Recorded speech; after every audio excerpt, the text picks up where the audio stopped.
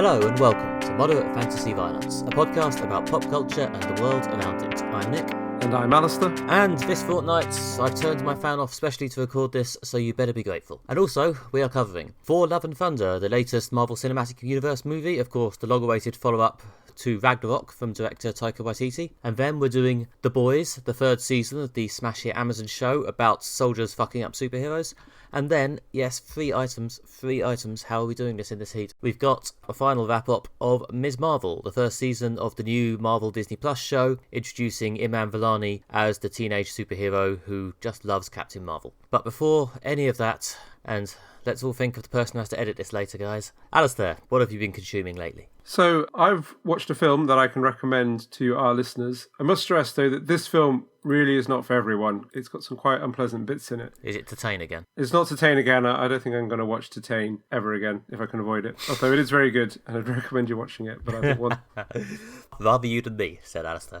Yeah. However, it's headed in that direction, though in a slightly different way. I've watched a new film that was in the cinema, is now available on Mubi, called Pleasure. This has caused a stir at Sundance Film Festival last year and has kind of been making waves in the sort of art house cinema world. It's a film that follows a young Swedish girl as she seeks to become a porn star in the Los Angeles porn industry. And, well, it's very graphic in places. It doesn't pull its punches. It's attracted quite a bit of attention because, like, some of the co-stars and people in it are actual porn actors and people from the porn industry. Some of them, I think, quite well known. Yeah, and it digs into that scene, you know, drama getting under the surface of the scene. But yeah, it's very sexually explicit. It is got some nasty scenes in it, as you can imagine. It is really not an easy watch. So if you're up for it, go for it. It is very good, but you have been warned.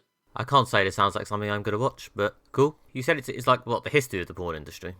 No, it's set present day. And okay, it follows... so is it talking about the modern ecosystem of websites and Pornhub and such? Yeah, streaming services and, you know, things that are sometimes just shot by people on mobile phones in hotel rooms and things like that. It's very contemporary. Yeah, you kind of really get the perspective of one person, the main character, this young Swedish woman, and like kind of follows her journey through the industry. There's a lot about the industry, and like it really explores the things around it that are off camera, all the sort of makeup and hygiene and paperwork and consent forms and, you know, the stuff around it. And also, underneath it all, it's kind of really a story about sort of friendship and betrayal. Primarily this main character's friendship with her roommate in the model house that she's living in. Okay, so I'm assuming it manages to avoid being, you know, judgmental. Well, it doesn't really judge her motivations, I suppose. And it's not really about that she's a bad person. I don't know, it's similar to a lot of films that are like crime films or things like that how people start out doing something minor, they get sucked in, the pressure to escalate increases, the competitiveness of it. There's all sort of elements of that, and also the kind of, I don't know, how complex and varied the porn industry is, like how there are some producers who are basically, I know, very professional and very concerned about the talent's comfort and their safety and, you know, their sort of working conditions, and then there are some fly-by-night cowboys who are just don't care about anything apart from getting the scene that they need and can treat the people they're working with appallingly. So I don't know, it's not an indictment of the whole industry, but it's certainly an indictment of parts of it. Well, yeah, like obviously I guess the sort of judgment I'm talking about isn't so much you're an unethical person who also does porn, but more so much, you know, you're a bad person for doing porn, you're all going to hell, that sort of thing. I'm assuming we're not there. No, it's not there. I think it does highlight also like how competitive the industry is, and again, like shows exploring crime or business, anything from like a show like Industry about the banking sector or a film like The Social Network about tech startups. It does show how these incredibly competitive industries, when there's huge amounts of money and fame available, but also they're very competitive, it does lead to people forgetting their humanity, stepping on their friends to get to the next big goal or big achievement. And, you know, the more ambition and drive, you know, leads people to lose their friendship, their humanity, and, you know, ultimately their conscience. Well, yeah, as you say, we've seen that sort of drama about a million industries. Fair enough. Yeah, which is in some ways, the plot isn't smashing new ground in that sense. So, you know, in some ways, the plot does seem like, you know, something we may have seen before. But the fact that it's in this industry and it's really like a uncensored look into the world of pornography, that's sort of new and quite shocking, really. Alistair, about to say new and exciting, but then thought better of it. This film is, for a film that has like loads of sex in it, it is not very sexy. I will say that for free. And it's not supposed to be. And it's not supposed to be about how everything about it is rotten, obviously. Like, again, it goes out its way to feature characters who are like professional and, you know, decent, I guess, employers or craftsmen. But it also goes to show some of these people really aren't. And also, any industry based on aggressive competition will just bring out the worst in people. Yep, sounds interesting. I'm probably more likely to watch this than I am Titan, to be honest. If you want to be upset, you've got those choices. Sometimes I do, to be honest. Sometimes I do. I've said many times on this podcast, make me cry, get a better review. Yeah. Or if you, I don't know, just want to sort of sit quietly by yourself and be like, why did I put myself through that? Both of the films will do that. But this is probably a bit more watchable than Titane. The violence in Titane. There you go, listeners. Another. But if you want to be upset, though, we've just sourced out a strong double bill for you. Anyway, yeah, if you're up for something that is quite provocative and disturbing, then do watch Pleasure. But you have been warned that it is not an easy watch. Anyway, so I've been lightly traumatizing myself. Recently, Nick, what have you been up to? For a second, I thought you were about to say pleasuring myself, and I would have both been disgusted and respected you a little bit for doing the joke. Right, moving quickly on. Anyway, yeah, I have been watching the second season of Russian Doll, which I believe we covered on this podcast at some stage. Yes, we did. Yep, I believe we liked it. In fact, I think a lot of people liked it because it was very good. It's amazing how that works. But yeah, I watched the second season of Russian Doll, even though a lot of people, including I think me and I think Alistair as well, said after the first one, I don't know if I need to make a second one, to be honest. And then they did, and everyone said that again, and then it came out, and there were a few good reviews. A few people seemed to say, yeah, okay, they've just about justified this, so I watched it. And yeah, it's pretty good. Wisely, they've gone for a different enough setup here. Like, she's not in another time loop exactly. For those who didn't watch the original Russian Doll or follow the coverage, that was a sort of modern day Groundhog Day, one of, I guess, many that have done that, in which a woman on her, I think, 36th birthday gets stuck in this time loop at her birthday party where she keeps dying and then waking up in the bathroom at the party and then leaving the bathroom and dying and waking up again and just gets stuck in this sort of hellish loop and finds inevitably it's all a metaphor for her need to face her past trauma. And yeah, in this case, the same woman, 4 years later, on the eve of her 40th birthday, gets the train and finds that whenever she gets this train, she goes back in time to the 80s and inhabits the body of her mother, as you do. There is more to it. It does get more surreal. The sort of train / body inhabiting stuff does get more complicated, but I think that will come under spoilers, and I don't feel the need to spoil it. But yeah, that's the basic premise this time. So yeah, it's still a sort of weird time gimmick, but it's a different enough one, but they are doing different things. But again, still, funnily enough, it does turn out to be a metaphor, and it does turn out to be a way of her confronting some more of her issues with her mother. And yeah, it's a bit more direct this time, but I guess it's the sequel, you gotta go bigger and go harder. I don't know if it feels quite as tearful and cathartic, but crucially, the lead character, Nadia, played by Natasha Lyonne, is great, to be honest. She's one of the main reasons to watch this. Her sort of constant line of weary, knowing New York snark is still very, very funny and very fun and very weirdly likeable, even though she's also quite a self-destructive character. It's still just an enjoyable show to spend time with, and the time loop stuff and the way it uses music and visuals to convey all this is still very, very cool and very stylish. So yeah, no, I'm not sure it's quite as iconic as last time, and to come back to what I said just now about making me cry, it didn't make me cry quite as much, so I guess that means it loses a star from the rating. But nonetheless, it is still a very good, very affecting show, and yes, I think it's justified its own existence. Yeah, it's interesting they've gone for something that's so radically different for the next season. I guess they really had to, because anything else would just appear derivative. I mean, it's not as if the original Russian Doll was just a film, you know, they did like 8 episodes milking this time loop gimmick to death. I feel like they really took that as far as they possibly could in the original, which was one of the appeals of it. Yeah, but I think it's really interesting they managed to actually, seemingly justify the second season. I really liked how they used New York as a backdrop in the first one. It really felt like something that had a real sense of place about it. I guess the characters were clearly supposed to be from a sort of hipster, arty New York scene. I don't know, it had this sense of being particular and about sort of set in a certain place in a certain time, whereas obviously a lot of people opt for, for a concept-based show, well, kind of make the people seem more like an every person. So that was a really interesting aspect to it. And is that something they've continued, with the focus on New York? Yeah, I think so. I mean, she spends a lot of time in 80s New York, and there's also actually some bits in other cities as well, so it's not quite as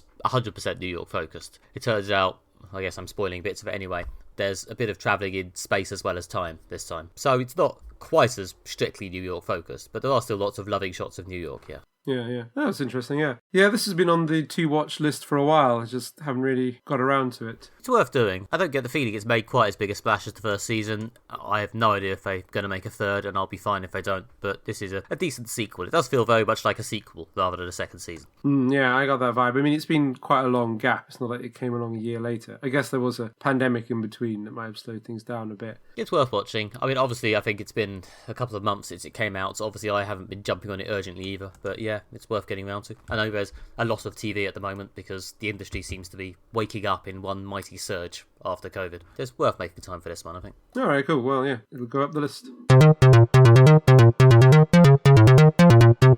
Next up, this episode, we will be discussing Thor, Love and Thunder, the fourth Thor movie, the second directed by Taika Waititi, and the 29th film in the Marvel Cinematic Universe. Thor is looking for meaning in his life after the ending of Avengers Endgame. When he returns to Earth, he discovers that a mysterious evil-looking man with a sword, calling himself the Godslayer, has kidnapped a load of Asgardian children, and his ex-girlfriend, Jane Foster, now has superpowers and wields his hammer. Thor must team up with some old friends and go in search of more gods to fight the Godslayer and save the children. Although there's more to Jane's new powers than he knows about, and he has to prevent his new axe from being jealous of his old hammer. We saw this film recently. Nick, what did you think of it? I thought it was a jolly good time. It's a decent, enjoyable evening at the cinema. I'm not sure it quite lives up to Ragnarok. I think it kind of reminds me a bit of Guardians of the Galaxy 2, actually, if we're bringing inevitable comparisons to previous films in, along with the even more inevitable comparisons to Ragnarok. In that, there's a definite sense of returning victor Taika Waititi going, "Hey guys, it's me, your favourite, with more of that stuff you like." And yeah, the knowing silly jokes are kind of relentless throughout this film, and I sense your enjoyment of it will largely depend on whether you find the tonal whiplash between the silly jokes and the surprisingly serious business plotline involving Jane Foster, whether you find that tonal whiplash a bit too much, because I personally enjoyed and accepted it, because I'm very much down with aggressive jumping between comedy and drama. But I must admit, there are a lot of silly jokes in this film, and I sometimes felt like the character storylines might have landed a bit harder if they'd given a bit more time to serious character beats rather than silly jokes. Yeah, I mean, that's very close to how I feel about it. I kind of chalk this up to the Disney competence machine, as we have before. It's a Marvel movie. You pay your money, you will be entertained. You'll have an enjoyable night at the cinema. It's got jokes, it's got spectacular action. I do like Taika Waititi's very silly sense of humour. If anything, this does remind me, I know what you mean about Guardians of the Galaxy Volume 2. It kind of reminds me on some level, weirdly, of The Streets' second album, A Grand Doesn't Come for Free, in which their first album, Original Pirate Material, was just a great record, and something that really was sort of fresh and original, at least I thought it was at the time. But then the second album really felt like they sat down and thought, what is a Streets album? Let's do that. It kind of became more of itself, and I feel that this is a similar thing. They've kind of thought down okay, so what is the Taika Waititi Thor film? What should it be like? And let's do that. So it's got more silliness, it's got more ridiculousness in it, which, I don't know, does sort of detract a bit from some of the more serious plot elements in it. It's annoying, because I didn't feel like any of it fell flat. It's just that I feel like it could have, I don't know, what's the opposite to falling flat? Stood up straighter. I feel like it's a bit flaccid, really. Yeah, let's do that. It could have worked more. I could have, to bring in the tears scale again. I could have cried more. We're talking life and death, terminal illness stuff here. They definitely could have. They managed to wring a few tears out of me at the end, but they could have wrung a lot more if they really leant into the cancer stuff. And although I don't. There's a helicopter over my house, and I'm sure you can hear it. Yeah, it's just bad timing, I guess. Do you think it'll leave? Is it enjoying the podcast too much? I don't know. Anyway, we're just going to live with the helicopter and see if I can maybe edit it out with Audacity. But anyway, it could have hit the emotional stuff more. I could have cried more, but I think Natalie Portman does sell the sad cancer storylines, because yes, the basic plot here is that Natalie Portman's character Jane Foster, who was in the first two Thor films and notable by her absence in the third one, is back and has got terminal cancer and is turning to holding magical hammers to try and cure it. That's some pretty clear tear-jerking stuff, and I think Taika Waititi has perhaps made a choice that he doesn't want to make a tear-jerker, which is fair enough. But I felt like they could have maybe lent a bit more that way, and it would have maybe landed a bit harder, I don't know. Because it feels like they do still go for the tear-jerker stuff, but just as a sort of interlude between the stupid jokes about goats. Yeah, we'll come to the goats, I'm sure. But I just wanted to pick up there, what you're saying, that Natalie Portman is a really talented actress, and I think she makes it believable. I just thought they could have had more of it. Again, we were talking about Guardians of the Galaxy Volume 2. That does have the absolutely beautiful bit right at the end, which, literally left me in tears in the cinema. A real kind of transcendent moment, again, when a beloved character dies, and there's a sort of beautiful kind of moment of homage to that character. And that was, really when they, transcended is the word we've used to describe it. They've transcended the format of just, silly jokes plus spectacular action in a Marvel film and got to some kind of something that's quite moving. And this, I don't think, it doesn't quite get there. And again, there's some very sad moments, but it's just not enough. Yeah, and as you say, Portman is good. Like, we've all seen, I think, well, it's a lot of us who have been watching these sort of films for a while, have seen genre films where Natalie Portman has turned up but clearly wishes she was dead. Yes, specifically Thor Dark World. Yeah, Thor Dark World and her latter Star Wars work.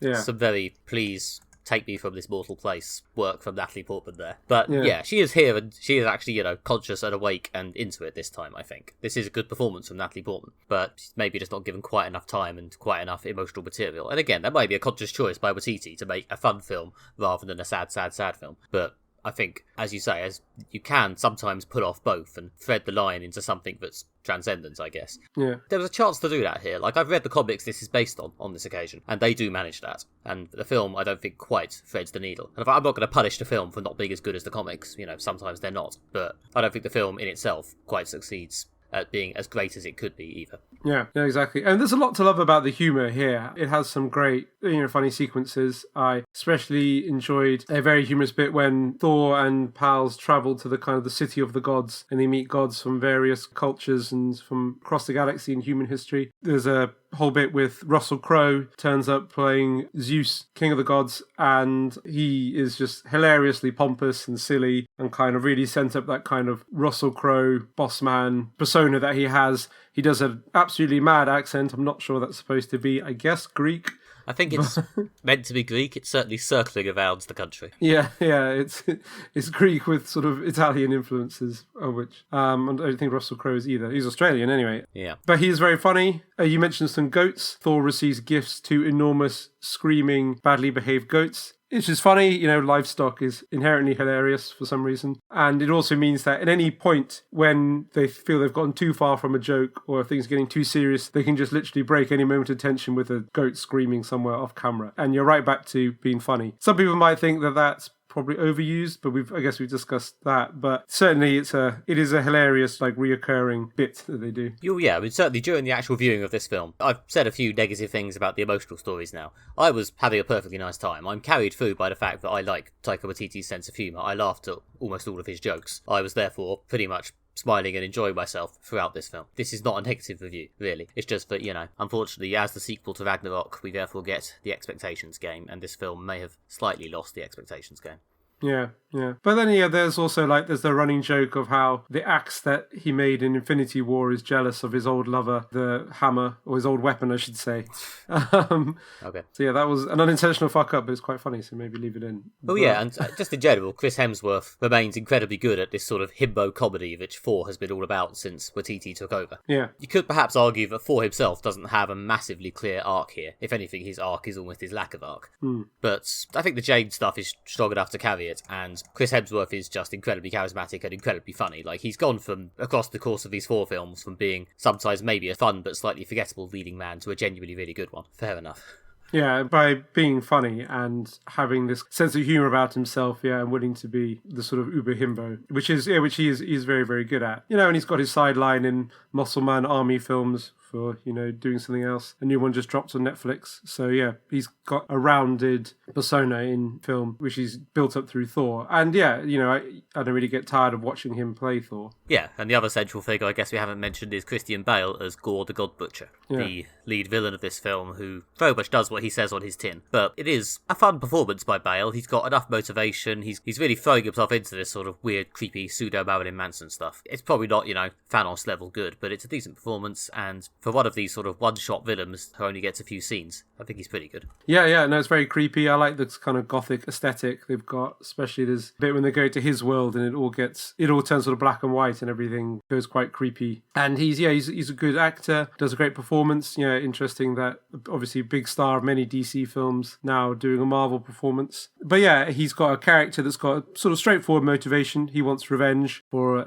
the death of his daughter. It's sort of quite straightforward supervillain stuff, but he does a good job of conveying anguish and inner turmoil into, what is a sort of, your action movie villain part. Especially for a film where the key relationships are between the group of heroes. It's not like a sort of Spider-Man, Doc Ock situation when the key relationships between hero and villain, but he gives the character moments, certainly makes him memorable, considering, like I say, we're on to 29 MCU films. There's been a lot of villains, but this one does sort of stand out a bit more from the pack. Yeah, as I say, compared to other one-off solo Marvel film villains, he's, I think, one of the better ones. So yeah, good work. Compared to the gore from the comics, he's actually standing up pretty well. And yeah, returning Thor Ragnarok characters Valkyrie and Korg are also fine. We like them, it's nice to have them. They maybe don't get a huge amount to actually do, but sure. I did feel that Valkyrie's story was underserved. I felt it didn't really have a payoff. They reintroduced her, got to the point where she was before, where she's sad and depressed because all of her friends and her lover died. And then they never really go anywhere from that. And then she kind of channels it into fighting some villains.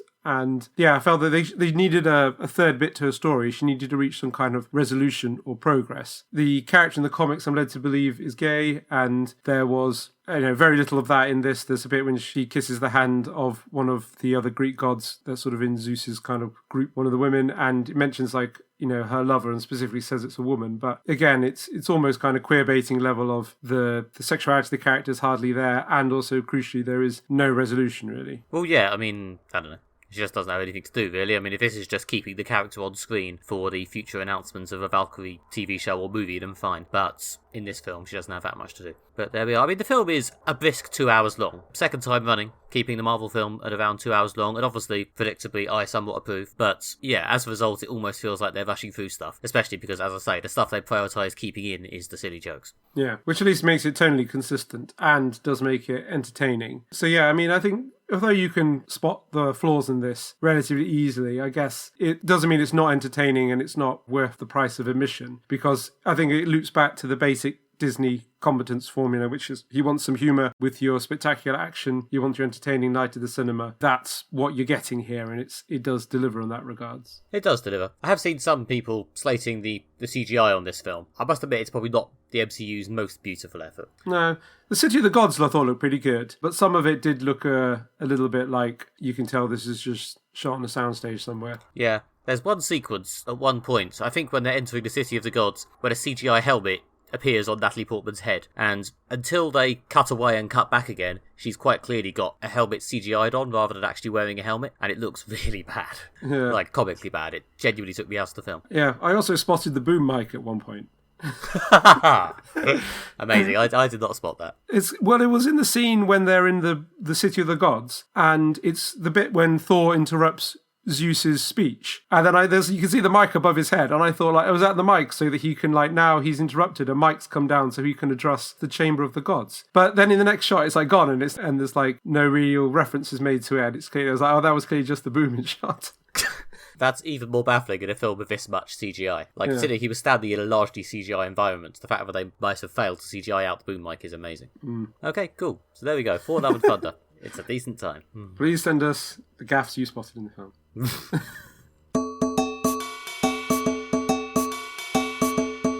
That helicopter really is not fucking off. Never mind. Oh dear. It's a high-speed chase. If there's a high-speed chase, it really should be away from here by now, sure. It's a high-speed chase going round and round one roundabout.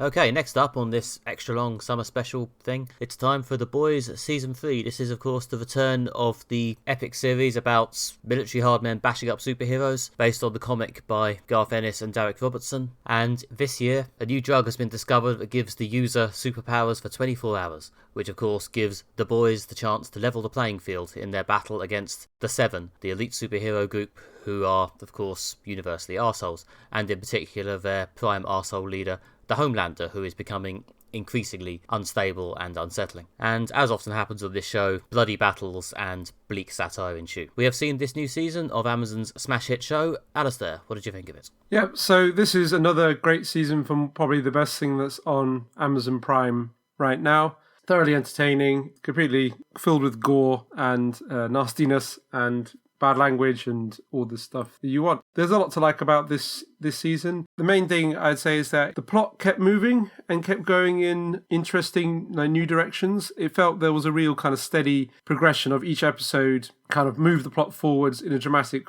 way, even though you roughly knew the outline, where this was going, but there was still always kind of lots of dramatic developments and lots of unexpected swerves. I don't know how much you want to say spoiler-wise, but yeah, there were definitely a few things that clearly the show did a good job of convincing you it was going to go in this direction and would swerve and went in a totally different direction. So the fact that the whole thing was kept very interesting, kept me on the toes, whilst delivering lots of bits that are unpleasantly gory, bits that are funnily gory, bits that are really quite tense and menacing. So yeah, all the stuff you love from The Boys, really. Yeah, I think what feels good about The Boys is that it actually does something that, honestly, not that many shows quite manage, or at least not that many that I seem to ever get around to watching. Things that the good premium TV shows like The Wire or Game of Thrones manage, of genuinely making you feel like you're seeing this whole world, this sort of interlocking ecosystem with different parts that impact other parts, events that are fully thought through, actual, quite complicated world building. Surprisingly, considering the basic premise is just soldiers shit-kicking superheroes. A lot of that is inherited from the comic, because Garth Ennis, who wrote it, is famously a bit of a war buff and a history fan, and I think put a lot more effort than he really needed to into the world building for this show, and they've taken his quite extensive work and adapted it and built on it,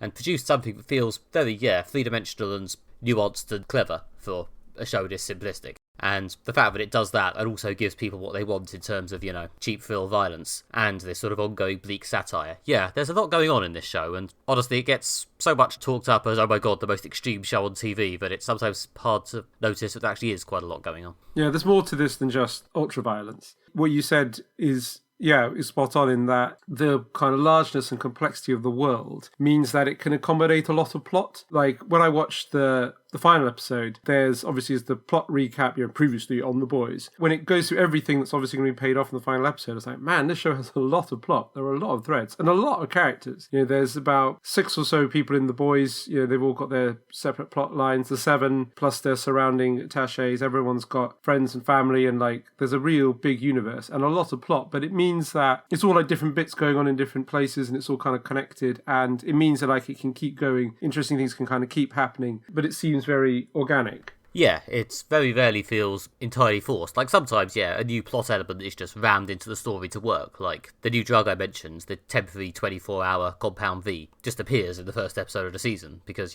we need a new plot gimmick to drive the stuff that happens here. But, the mechanics exist to create it. It makes sense. It's an extension of existing concepts. And, we want to see, a new match get thrown in to light off the dynamite and set off another round of explosive bloody punching. So you take that, it goes further, it affects all the existing characters in interesting ways, and it's another good year. If we went through all the characters in this like we did in Thor, Love and Thunder, it would take forever. But yes, everyone has a lot going on. I think a lot of credit always goes to Anthony Starr as Homelander, and not undeservedly. He is incredibly good in this. It's a very twitchy, unsettling performance as this sort of human nuclear bomb who could go off at any time. Yeah, and it's a brilliant portrayal of someone who is abusive, and they really convey how, because he could kill anyone at any moment and has a hair trigger, even other superheroes you can just basically slice in half because he's so powerful, that he really does a good job of portraying how everyone around him is sort of terrified of him, constantly walking on eggshells. It is a sort of, a big metaphor for what it's like to be in an abusive relationship, someone who could hurt you at any moment, or even kill you at any moment. It's tense, but also it's doing more than just creating tense drama. It's kind of really giving you a window into what those relationships are like. And this series, they continue to develop the Homelander, develop how unhinged he is, how dangerous he is, how unpleasant. It did feel very much that this season was sort of building to a climax with the Homelander plot. And I do feel that, I guess he is kind of one of the main characters, so they can't kill him off at any point, have the boys finally get him. But I do feel that, if they're going to keep escalating, Homelander's back this season and he's been horrible to these characters, it's I do feel eventually there's going to be a sort of negative return on investment with this. The point they're going to have to pay off the Homelander plot and either end the show or move on to something else. Well, we do at that point hit my only sort of primary negative comment about this season, which is the show is going to end eventually, right? They can't just keep building this sense of tension forever. Yeah. They still seem, trying to avoid direct spoilers, they seem weirdly reluctant to kill any main characters in this otherwise very murder-heavy world. Every supporting character dies within seconds of being introduced, but almost every main-ish character who's more than just a guest star seems weirdly invulnerable. And I guess there are a couple of plot points introduced towards the end, I guess I'm still dancing around the spoilers, that make it seem like a clock is being introduced on how long this can really run. But I hope that's the case. I hope that the introduction of a time limit towards the end of this series, is something they're really doing. Because I do think that if we get to series 10 of The Boys, then something has gone wrong and it would have maybe outstayed its welcome. Yeah, exactly. I think they are building to a climax, I hope, or at least resolving the kind of the main plot threads they've got, especially around Homelander, and moving on to something else. And in past reviews of this show, I believe I have moaned about Huey, played by Jack Quaid, who started off as the sort of everyman guy who was introducing us to the boys. He was recruited, he got to see things and be amazed and repulsed by them, and that was how we got into this world. And how I think in the latter episodes after he'd been introduced, it felt like he didn't have that much to do. And fair enough, this season he does actually have a storyline. There's actually some decent Huey stuff this year. Yeah, that was well handled, again, with his continuing relationship with Starlight. I'm glad they just don't have a cycle of each season they break up, they get back together, just going round and round the same relationship drama. They feel like there's real progress. Both his characters, I think, were well handled this season. And as well as, the supporting cast. Everyone gets like a little bit and it gets moved forwards, Frenchie, obviously a butcher. A-Train from the Seven, thought had a good arc this season. Again, maybe like realising there's consequences to his actions, and you get to a point when you actually start to feel sorry for him, even though he's an arsehole. Well, yeah, it's interesting with A-Train because I think there was a point where they were trying to make us think they were going to go for a redemption arc for the Deep, but he appears to be doing the turning down the redemption arc and becoming a bigger arsehole option. And also just sort of a comedy character, basically. Well, yeah, he's not, I don't know, he's just weak, isn't he? He's an arsehole in a very, I just don't have the intelligence and strength to do anything, good. He's a Richard Hammond type bully. He's the bully who stands behind the bully, laughing at you while the main bully punches you in the face. And he's aware that he is, a weakling, but he's a sort of snivelling weakling who hides behind bigger bullies and sucks up to them just so that he doesn't get bullied himself. Yep, pretty much. Which makes him particularly dislikable. Yeah, and again, his storyline, it remains kind of funny and, dislikable, but hopefully it's going somewhere, because he is doing quite similar things to what he's always done. Yeah, every series, basically, the Deep leaves something, or something leaves him. First it was the Seven, then it was that cult, now it's his wife. It's like, every season he leaves something, and that's the plot, because of his kind of complete lack of spine. Yeah, and as you say, the Frenchman and Kimiko's storyline this year is surprisingly sad. Those two characters did have a sort of emotional bond in the comics. It's nice to see it replicated here, and if anything, mined even more for actual pathos. Yeah. No, there's, again, some good character progression on that front. So, it's 8-hour-long episodes, and they cram in a lot, but each character, I think, gets a plot that, and some resolution and some character developments. And now that we've got 3 seasons of this, you're kind of quite richly aware of these people and their lives. Yeah, and there were some good shout-outs to bits and bobs from the comic. They did their version of Hero-gasm. Quite different superficially, but I can respect it still. They went there a little bit. Yeah. Well, that was a strange and bizarre episode again, with the orgy of heroes, including one hero who has a sort of giant prehensile penis. Nice to see that beloved character again, yep. Yeah. And the Legend, in the comics, the Legend is a sort of comedy version of Stan Lee, who lives in a basement among boxes of old comics and basically just reads them whilst yelling and masturbating, and occasionally gives information to the boys based on his years in the comics industry. But I guess because, as the showrunners pointed out, this version is more about superhero TV and film than it is comics. This time, the Legend is a sort of burnt-out producer. Yeah, a sort of talent agent producer guy. He's riffing on some very specific figures from the 70s and 80s Hollywood, and it's kind of on the tip of my tongue, the people they've mashed together to make this guy. And I don't want to say and get it wrong, but they're riffing on some very specific people from Hollywood history. I believe it's quite a famous person cameoing in that role as well, and I've forgotten who it was. Paul Reiser, apparently. Sounds familiar. Anyway, so they're continuing to broaden out the world and adding more things. And obviously, the big addition to this series is them digging up the kind of legendary past hero Soldier Boy. Yes, played by Jensen Ackles of Supernatural. Yeah, which is a good guest star. And and again, he's a sort of as unpleasant as Homelander, as violent and disturbed, but also with a lot of very old-fashioned, social views in the 1940s. I kind of liked how he's just kind of riffing on Captain America. I mean, The Boys is so very much spoofing DC with Homelander is Superman, The Deep is Aquaman, A-Train, The Flash, etc., etc. But, in this one, they've kind of done some Marvel things. Obviously, Soldier Boy, especially Captain America, his team's called Payback, dangerously close to the Avengers, and he's got S.H.I.E.L.D. and everything. And the Crimson Countess isn't unlike the Scarlet Witch, I guess. Yeah. So, yeah, again, I guess they're sort of continuing the broad superhero satire. Okay, yeah, it's an option, I suppose. If you unfroze a bloke from the 1940s, would he be A, the purest, nicest man in the world, or would he be B, kind of racist? Yeah.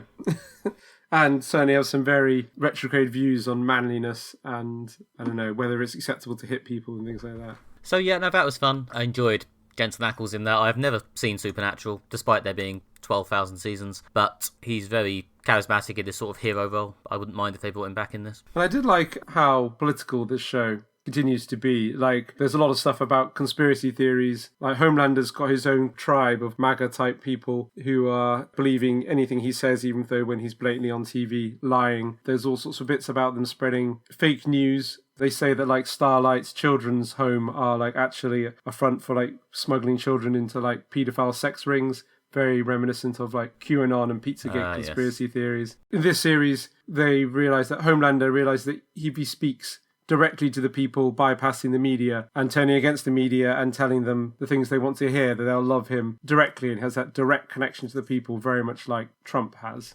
Yeah, it was a very Homelander Trump thing, wasn't it? Yeah. I found last year's Stormfront storyline, I don't know, last season, I guess, a bit more depressing and relevant and, oh my god, this stabs me in the heart. I felt like that the Trump satire is inevitably a bit more something I've seen elsewhere. Like, even the DC movies have done a fake Trump before The Boys did, in Wonder Woman 84. But still, yes, it is undeniably another bit of well-done, bleak satire from The Boys. Yeah. There's lots about, denying facts and sort of fake news and things like that, which keeps it, I think, politically relevant, which is part of the show's appeal, which is, how it satirizes politics as well as satirizing, superhero culture. Yeah, no, it does do a good job of weaving together how, superhero stuff on some level might be part of the ongoing death spiral of, culture and humanity. Not a cheerful show. No, it's grim. But it's got this sort of dark humour to it that I quite like, the sort of sardonic nihilism to it. That is, I don't know, it's probably not making the world a better place, but it does appeal. Again, I like Taika Waititi's very silly sense of humour, but I'm also down for some proper nihilism, some proper, like, we're all just awful, but some cunts are more awful than other cunts. That's my impression of Butcher. That's Alistair impersonating an Australian, impersonating a Cockney. Yeah.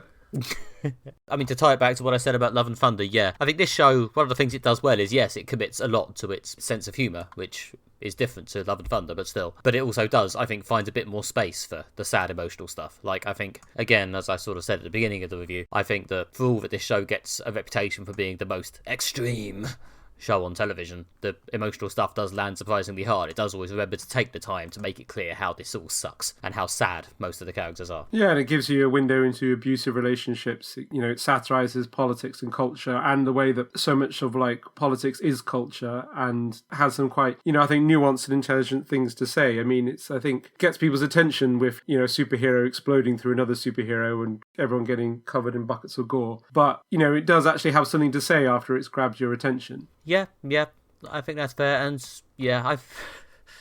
again, as I've said before, I think it does probably trump the comic in terms of being a more nuanced, well thought through work.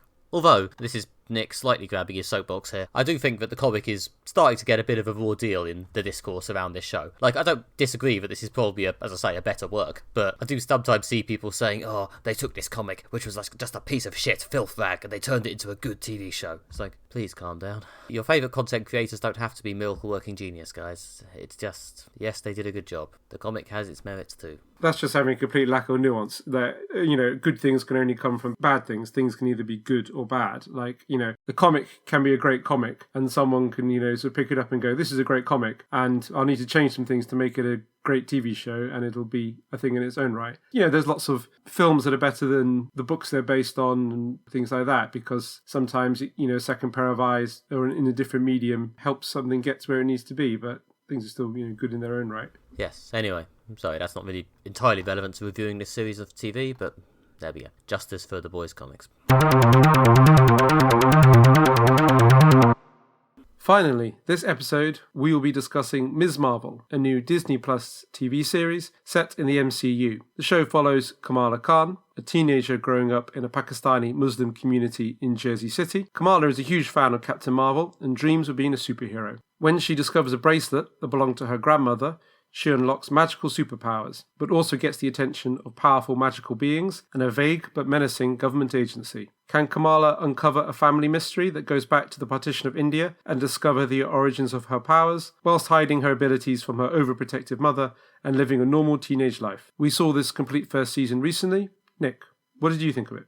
I'm happy to report that unlike more than one previous Marvel show, my initial positive review was largely sustained. I thought this stayed more or less decent till the end. It was fun, it was likeable. Iman Vellani was really great as the lead. The strong finale that didn't just feel like a directionless zapfest kept up the fun visual stylings. Inevitably they fade a bit after the premiere, but it remained a distinct show, I think, which is crucial. It didn't run away from being part of the cinematic universe, but I think it felt like it was adding this other sort of world of characters on top of it. It felt like there was definitely something unique about this show. It didn't just feel like, here's some more. It did burn through a lot of plot in its 6 episodes. It's definitely doing a lot. But to be honest, after quite a few of these Marvel Disney Plus shows, feel like they were like desperately scrabbling to fill the 6 episodes. I'll take this version, thanks. So yeah, I really liked this. It definitely has its flaws, mostly I think in terms of some things ending up feeling a bit thin because it was kind of rushing through them, especially the villains, I think. But I don't know, is there ever a great villain in the origin story? I think maybe we'll have to wait till season 2 for the great villain. Yeah, I thought this was pretty good. Yeah, I mean, it's very funny and it's a good show. It's got a good story. It's, again, yeah, more what you want from Marvel in that it's entertaining and it's funny and it's got some good sort of superhero action-y bits. Great cast. Yeah, I want to echo what you say, about the woman playing Kamala. I think Zenobi Shroff, I'm terrible at pronunciation, playing her mother, I thought was also brilliant. Again, a real convincing mother character in that she clearly cares a lot about her daughter and wants the best for her, but at the same time is quite overbearing and, maybe could use giving her daughter some breathing space, but it's just because her daughter's growing up and she's worried about losing her. And it is quite, it's a sort of simple family plot. It's not, again, break any new grounds, but it is very honest and believable. I like the sort of setting in the Pakistani Muslim community because, it does make these people feel like they're rounded three-dimensional people with culture, history, a kind of story behind them, a community, spiritual beliefs. Again, with a lot of action or superhero shows, there's always a temptation to make the characters a bit of sort of generic every people, but these feel like fully rounded human beings. And the stuff about the community and the family dynamics, I think it's specific enough to be relatable, but not so specific enough that, it's unfathomable because you don't grow up in that community. Obviously I didn't grow up as a woman in a Pakistani Muslim community in Jersey City, but I can understand their family dynamics, even though they're different to mine, because it's specific enough that they feel like real people. Yeah, I think the attempts to make it feel like it was grounded in the culture worked because it just felt like who those people are. We care because there's some well-written characters who also care. They don't deliver lectures about it particularly, they just keep living as they live and they keep talking about the things they care about and it just works. As I say, it's doing a lot in 6 episodes, but I can kind of respect the desire to try and do everything you can to, talk about the things you want to talk about. Like I found there's a 2-episode arc, I guess a sort of 2-parter in episodes 4 and 5 where they go to Karachi to explore the sort of background and history of Kamala's powers. And it's visually very cool and there's a lot of fun bits with her discovering her roots and there's a flashback to her family in partition, which I thought was genuinely pretty moving. So yeah, I thought it did a lot. And as I say, did it sometimes rush through those things to do a lot? Maybe, but I thought it was impressive in its ambition. And as I said earlier, a lot of these other Marvel shows feel a bit directionless and vague. So yeah. Yeah, it certainly didn't have like a boring bit or a quiet moment. It just kind of kept going, which I did like. And the partition stuff was really, really good, considering such a major part of recent world history, and as India becomes more and more powerful nation, it's increasingly significant. It's surprising that actually a lot of people don't know about partition and how India and Pakistan and Bangladesh came to be. And, we've had media digging into this recently. There's a very good Doctor Who episode from the first Jodie Whittaker season. And this one I thought really, used the time-travelling superhero conceit to illuminate a period of history, dramatise historical conflict, which I thought worked really, really well and really brought partition into the story, because obviously it's a big part of their family story, but brought it into the story of the show and the kind of the conflict and plot of the show, which I thought worked really well, but also kind of made that period of history accessible to viewers. Yeah, I really enjoyed that part. Part of me felt like it was a shame to abandon the good supporting cast she had back in Jersey for 2 episodes out of 6, but again, it clearly wanted to get through everything in this season, and fair enough. But it did just make it nice when we saw them again towards the end. Yeah, they did just vanish. But I guess it would just be too neat if they also, for somehow got invited to go to Karachi with Kamala and her family. That would be just a little bit beyond belief, and it would be like, you're just putting the characters where they need to be for story. So, Well, yeah, I mean, it's I don't know, it's making a good problem for themselves, I guess. Like, one of the good things about this show is it actually has a large supporting cast, sort of coming back to kind of what I said about The Boys, I guess. It actually feels like a world. It feels like a real person who has these different people she knows from different parts of her life, rather than some of these which just kind of feel like they're set up in a similar way to films, where you have the hero, the villain, the sort of sidekick and or the love interest, maybe a couple of other guest characters who appear once. And, that's probably works if it's done well in a film. But for a 6-episode TV show, that's actually quite thin. Cough, cough, Moon Knight. So, yeah, I think the fact that Ms. Marvel actually had a life at last, I think is genuinely good. Yeah. Unfortunately, if anything, that just then made me annoyed when they all vanished. But again, I thought it was in service of some good stuff in Karachi, so I'll let them have it. Yeah, and it goes back to what I was saying that, she feels like a 3-dimensional person with an actual life, not a sort of just generic every person. They wove in the visual aspects of Karachi into the story as well. What I quite liked is how each episode has a sort of montage of graffiti in Jersey City kind of related to the plot. But for the 2 Karachi episodes, it's graffiti in Karachi, just for the end credits, which I just quite like that as a little visual nod. Yeah, no, for both the end credits and the opening credits, they changed them up for the Karachi episodes, which I thought was quite nice. So I know it's all just brand, and Disney have all this money. Although, having said that, this did feel like Disney had decided to deploy the money a bit. Like, the special effects in this are really good. Like, I mean, I don't know, I guess they could still probably be better. There's probably an expert out there hating me right now. But, they didn't look cheap. They clearly chose a superpower they could afford to do, and they did a decent job of it. And the things like the opening sequences didn't feel like cheap telly shit. The stuff they chose to do with, like, text messages and stuff appearing as part of background elements did actually feel like this was a full-on luxury Marvel product. It didn't feel like a cheap spin-off. Yeah, I mean, the way the text messages they did is visually interesting way to show text communications since Sherlock came up with a interesting way of doing it, because it's something that film and TV really do struggle with. The Boys just has a little blue box pop up when someone gets a text message, which is, fair enough. It's straightforward. But this, kind of the way they would make a text message appear as, drawing or a bit of graffiti or on her bedspread. And it was always like clear where you're supposed to be looking, what you're reading. That was really good. And again, it kind of gets across this sort of teenage social media based existence, which again is something that I think film and TV have really struggled to portray. Yeah, there's some good bits of that as well, actually. There was that montage of Snapchats or TikToks or whatever they were, I'm so old, in the final episode, which did make me laugh. Yeah, there's a bit when they're helped out because one of her friends has a TikTok following, which is, again, it's all very Gen Z. Isn't it? Yeah. It does actually do a decent job, I think. Again, I may be too old to judge, of being a decent teen drama, or of being that and having that energy. Yeah. Or at the very least, it has an energy which is tangibly different to the other stuff, which is all I really want. I mean, I guess it's not dissimilar sometimes to some of the Tom Holland Spidey stuff, but as I said last time we discussed Ms. Marvel, I love that shit, so good. Yeah, no, again, the sort of teenager being a superhero stuff worked really well, having a secret identity, trying to fit it around the awkwardness of teenage life. I like that. It does relate to one of the criticisms I have of the show, or maybe it's more of an observation, but this show is oddly sexless and quite chaste, really. Like, I know it's Disney, we're not going to go full Euphoria or anything like that, but, they are teenagers, and teenagers do spend a lot of time, I don't know, thinking about sex and relationships. I mean, there was a bit. Bruno was clearly having a bit of a thing for Kamala. Kamala almost kissed, what's-his-face, Camvan in the last episode. Yeah, but I felt they really could have made more of that side. I mean, even like, you were talking about the Tom Holland, the Spider-Man, like, all versions of Spider-Man always have a high school romance or someone who's the clear love interest, where there really wasn't a sort of clear love interest in this. Is that because, we expect Spider-Man to have a Mary Jane? It's just, it's one of the few things everyone knows about Spider-Man, so that's what they want. I do feel there was almost an element of, there could have been a bit more of that. But I don't have the canonical answer handy, but I think she's been written as a younger teenager, isn't she? She's not meant to be like 17, 18. Well, her friend's got early admission to college, so he's got to be like 17. It's true. Maybe I'm just confusing this with her being short, I don't know. Yeah, and it's difficult because obviously she's got an older brother who's like clearly got a job and is married, but then also you're not really sure how big the age difference between them are. It might be a thing wherein obviously in the comics... Well, there was a bit about them trying for a long time for Kamala, wasn't there? So I guess maybe there is meant to be a decent age gap. Yeah. So, which again, all that stuff makes it seem more realistic. I don't know if it's a thing where it's in the comics, she was maybe a bit of a younger teenager and they've aged it up because they wanted... Casting 13-year-olds is annoying. Yeah, and casting 16-year-olds to play 13-year-olds is really obvious, where you can probably find a group of 22-year-olds who look like 17-year-olds, who and also can act relatively well. And the casting is spot on here, so if they had to age the characters up to get this cast of Gen Z performers, then they've totally nailed it, because they made the show. But yeah, could it have been? I don't know. That's just more of an observation. I don't know if it's the general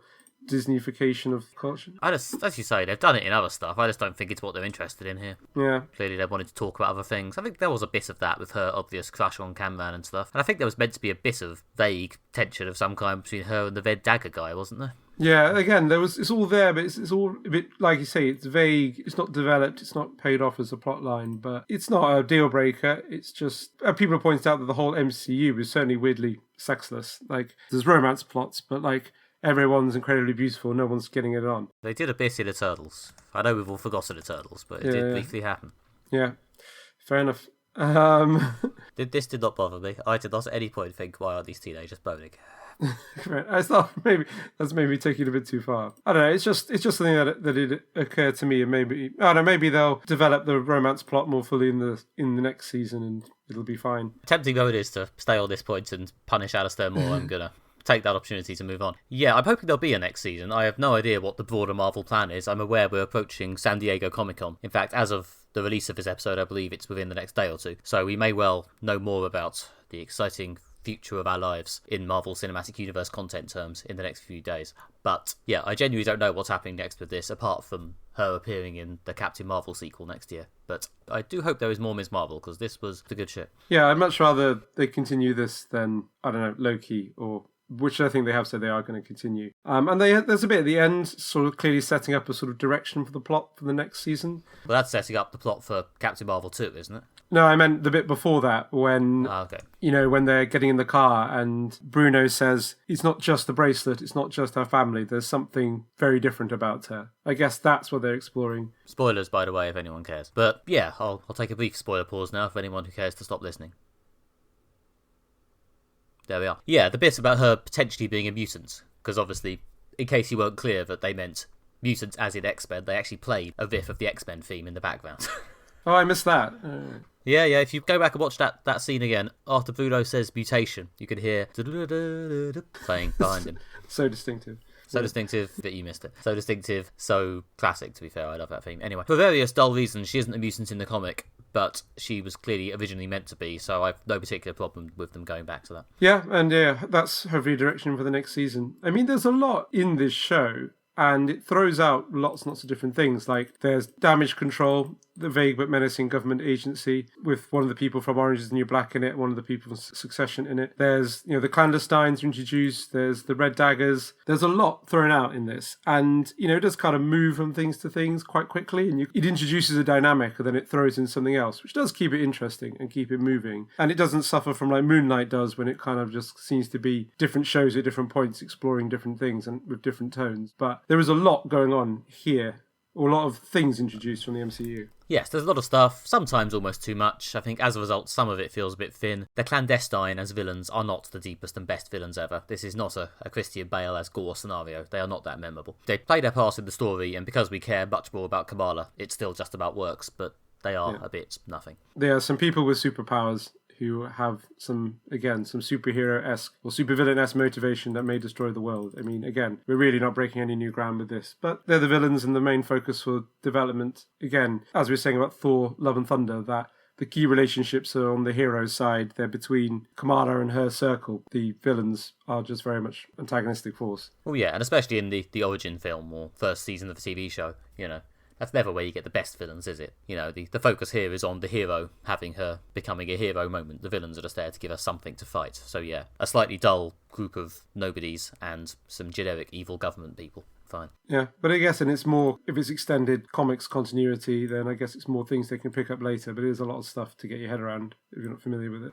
Well, hopefully they'll make more. Hopefully her success here, at least I think it's successful, I liked it anyway, won't mean she'll be promoted, air quotes, to a movie character, because You know, I thought this works well as a TV show. I liked the fact that each episode did actually feel like it had a beginning, middle, and end. I liked the fact that this didn't feel like a chopped up movie. Yeah, I mean, each episode had a self-contained plot. Like, there was the episode about Eid, there's the episode about her brother's wedding, there's the episode about going to Karachi and the family backstory, there's the episode that's the time travel one. You know, each episode's got, like, it's a story in its own right, as well as being a piece of a larger story. Yeah, I mean, I guess the Karachi two-parter was quite interconnected, but even that, I think, this was a good TV show that actually felt like a TV show. Good job, Marvel/Ms. Marvel. Okay, and that was Moderate Fantasy Violence for this fortnight. Thank you for listening. Sorry about the helicopter. If you've enjoyed this podcast, you can find more related material at moderatefantasyviolence.com, including Alistair's articles and my one article a year. And if you enjoy that whole package, then why not go to your podcast app of choice and leave us a nice review. You can also find more of us on Twitter, where you can find us by following at MFV Podcast, and you can find us on Facebook by searching for Moderate Fantasy Violence. You can find me on Twitter, where I'm at Alistair J.R. Ball, and you can find more of my writing at redtrainblog.com. And you can find my Kickstarter Comics Empire at nickbryan.com, or you can follow my latest thoughts on Twitter at nickmb. And we, of course, will be back in 2 weeks with our regular format of 2 items. This time, it's the 3rd season of Umbrella Academy and new quirky British sci-fi movie, Brian and Charles. See you then for that. Bye-bye. Bye.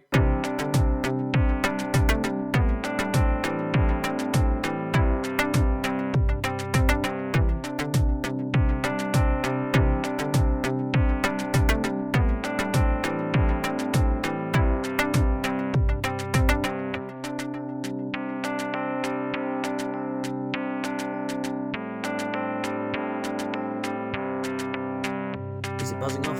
Does it sound quieter? If one of my neighbours is dealing drugs, I hope they finish up soon and go home.